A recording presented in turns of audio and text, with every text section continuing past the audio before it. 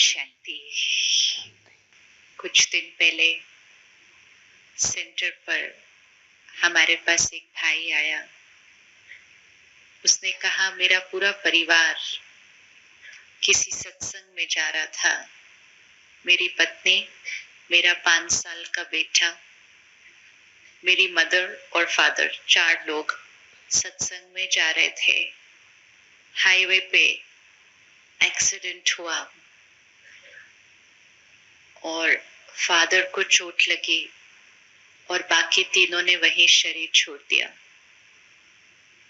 30 years की wife, 5 साल का बेटा और मदर ने वहीं शरीर छोड़ दिया। तो कहा, फर्स्ट क्वेश्चन मेरे माइंड में आया कि भगवान ने मेरे साथ ऐसा क्यों किया। आता है ऐसा क्वेश्चन माइंड में।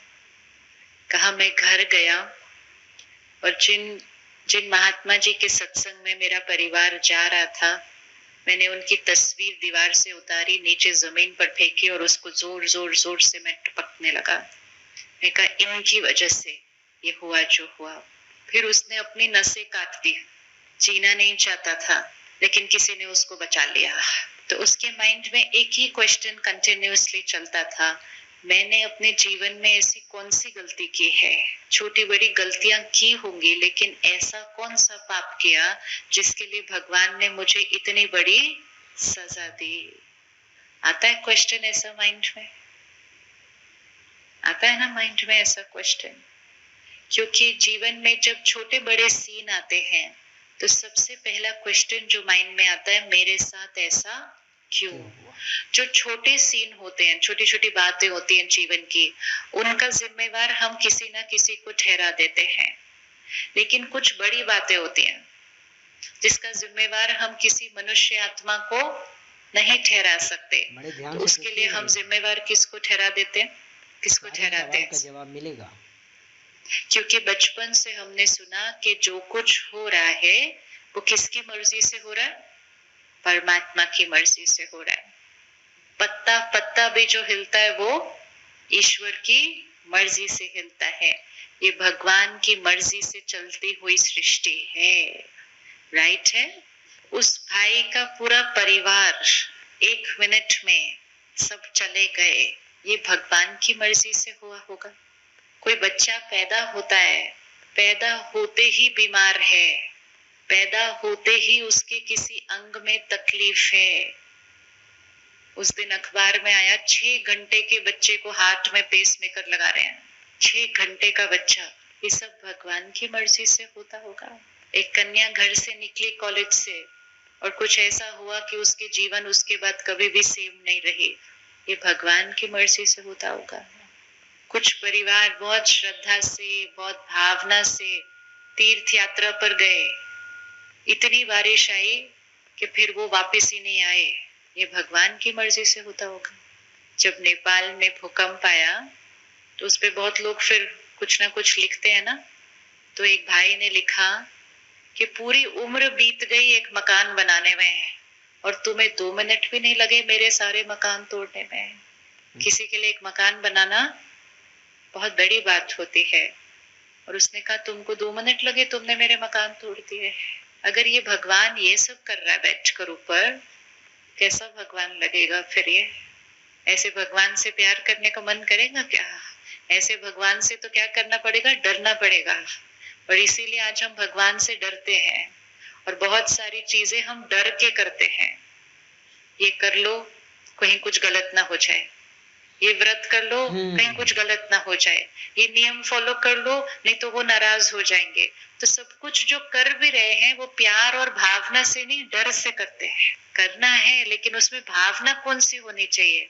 प्यार और रिस्पेक्ट की भावना। हमारी भावना कौन सी मिक्स हो गई है? डर की भावना। क्योंकि हमने सोचा अगर वो नाराज हो गया तो पता नहीं वो क्या कर देगा मेरे परिवार के साथ। अगर ये सृष्टि, अगर हम सबका भाग्य परमात्मा की मर्जी से लिखा जाता तो एक क्षण के लिए सोचना चाहिए हम सबका भाग्य कैसा होता। एक वर्ड में बताओ, हम सबका भाग्य कैसा होता अगर उसकी मर्जी से लिखा जा रहा होता। See? हमें सारे आंसर पता है, और फिर भी 5 मिनट पहले हमने क्या कहा, सब कुछ जो हो रहा है वो किसकी मर्जी से हो रहा है। अभी हम कहते हैं अगर उसकी मर्जी से हो रहा होता तो सब कुछ कैसा होता, परफेक्ट होता। 5 मिनट पहले हमने कहा ये सब चीजें जो हो रही हैं ये किसकी मर्जी से हो रही हैं, उसकी मर्जी से हो रही है। क्यों? क्योंकि हमने सुना था, हमने पढ़ा था, और हमने सुना पढ़ा, उस पर थोड़ा सा भी चिंतन नहीं किया, हाँ जी कर दिया।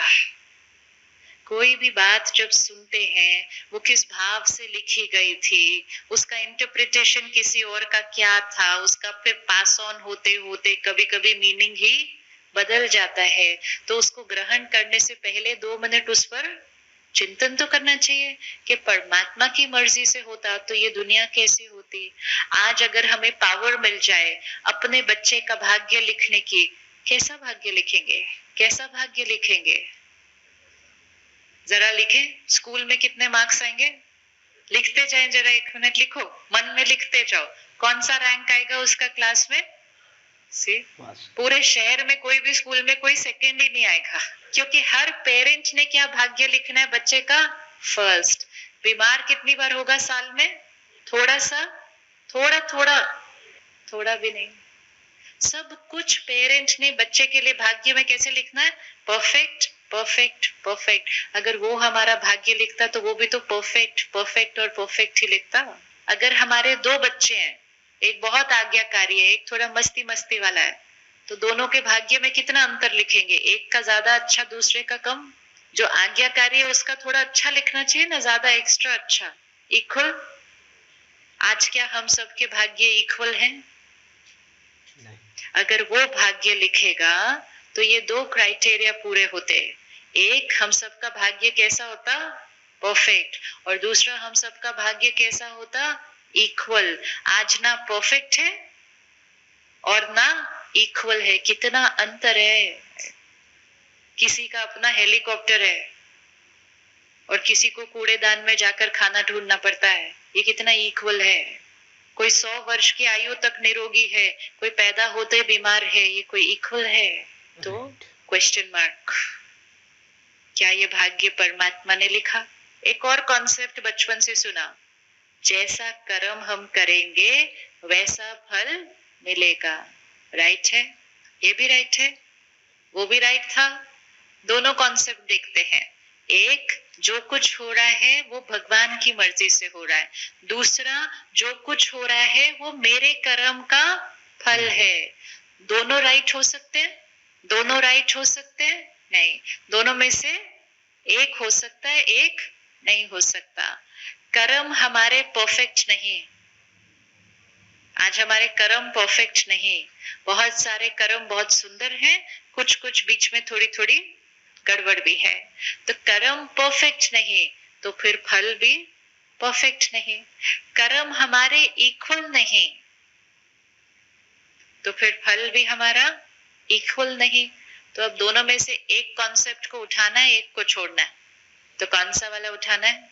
जैसा कर्म हम करेंगे वैसा फल हमें मिलेगा। तो कल से जब भी मन कहेगा मेरे साथ ऐसा क्यों, तो उंगली किसके पास जाएगी? ये जो हो रहा है मेरे साथ, ये किसकी वजह से हो रहा है? मेरी वजह से। एंड ब्यूटीफुल इज कि इसको अब ठीक करना है तो किसके पास जाना है? इसमें अगर कुछ ठीक करना है तो किसके पास जाना है? अपने पास ही आना है। आज हम क्या कर रहे हैं, ये किसकी वजह से हो रहा है? उंगली ऊपर। इसको ठीक कैसे करना है उसके लिए बहुत लोगों के पास जा रहे हैं हम बाहर। आप में से कोई जाता है बाहर भाग्य ठीक करवाने के लिए? कोई नहीं जाता। भाग्य पूछने के लिए, फिर जब पूछा पसंद नहीं आया तो ठीक करवाने के लिए हम जाते हैं ना, भाग्य ठीक करवाने के लिए अपना। कुछ तो बताओ ना, कोई तो तोड़ होगा ना, कुछ तो कर दो ना ठीक ठाक इसमें। तो हम अपना भाग्य ठीक करवाने के लिए भी किसी और के पास जाते हैं, भाग्य का ब्लेम भी उसके ऊपर डालते हैं। तो अपनी पर्सनल रिस्पॉन्सिबिलिटी कुछ नहीं लेते। तो जिसको हम ठीक कर सकते थे हम उसको नहीं ठीक करते, क्योंकि हमें यही नहीं पता कि क्रिएट हमने किया था, ठीक भी हम कर सकते हैं। आज से ये जो हो रहा है वो किसकी वजह से? मेरी वजह से। चेंज करना है तो कौन करेगा? मैं करूंगा। पावर सारी किसकी? मेरी, ज्ञान उसका, मदद उसकी, शक्ति उसकी, जिम्मेवारी किसकी, मेरी। ठीक कौन करेगा, मैं करूंगा। रेडी ठीक करने के लिए, रेडी अभी ठीक करने के लिए। इस लाइन को तो मंत्र की तरह पकड़ना चाहिए। जीवन में मंत्र मिलते हैं ना, कि मंत्र जाप करते जाओ, जाप करते जाओ। मंत्र जाप क्यों करते जाओ, मतलब उस ज्ञान की बात को क्या करो, इतना इतना सिमरन करते जाओ, ताकि जब भी कोई बात आए वो ज्ञान की पॉइंट रेडी होनी चाहिए हमारे पास। जैसा कर्म हम करेंगे वैसा फल हमें मिलेगा, और जो फल हमें आज मिल रहा है वो हमारे किसी किए हुए कर्म का रिटर्न है। और इसका मतलब आज मेरे जीवन में जो कुछ हो रहा है, ब्यूटीफुल भी और कुछ कुछ थोड़ा थोड़ा कम ब्यूटीफुल भी, तो वो दोनों चीजें किसकी वजह से हैं, जो कुछ हो रहा है। चेक एवरीथिंग अराउंड यू, अपने आसपास सब कुछ देख लो, प्रोफेशनली, फाइनेंशियली, धन, पढ़ाई, इंटेलिजेंस, रिश्ते, सेहत, सब कुछ। जो कुछ हमारे साथ आज हो रहा है वो मेरे किसी किए हुए कर्म का कॉन्सिक्वेंस है। सब कुछ जो हमारे पास अच्छा है, आज हमारा शरीर इतना अच्छा है कि हम यहाँ आराम से बैठे हैं, ये हमारे श्रेष्ठ कर्म का फल है। कुछ एक आत्माओं के पास वो भी नहीं है, हमारे पास वो फल आज है।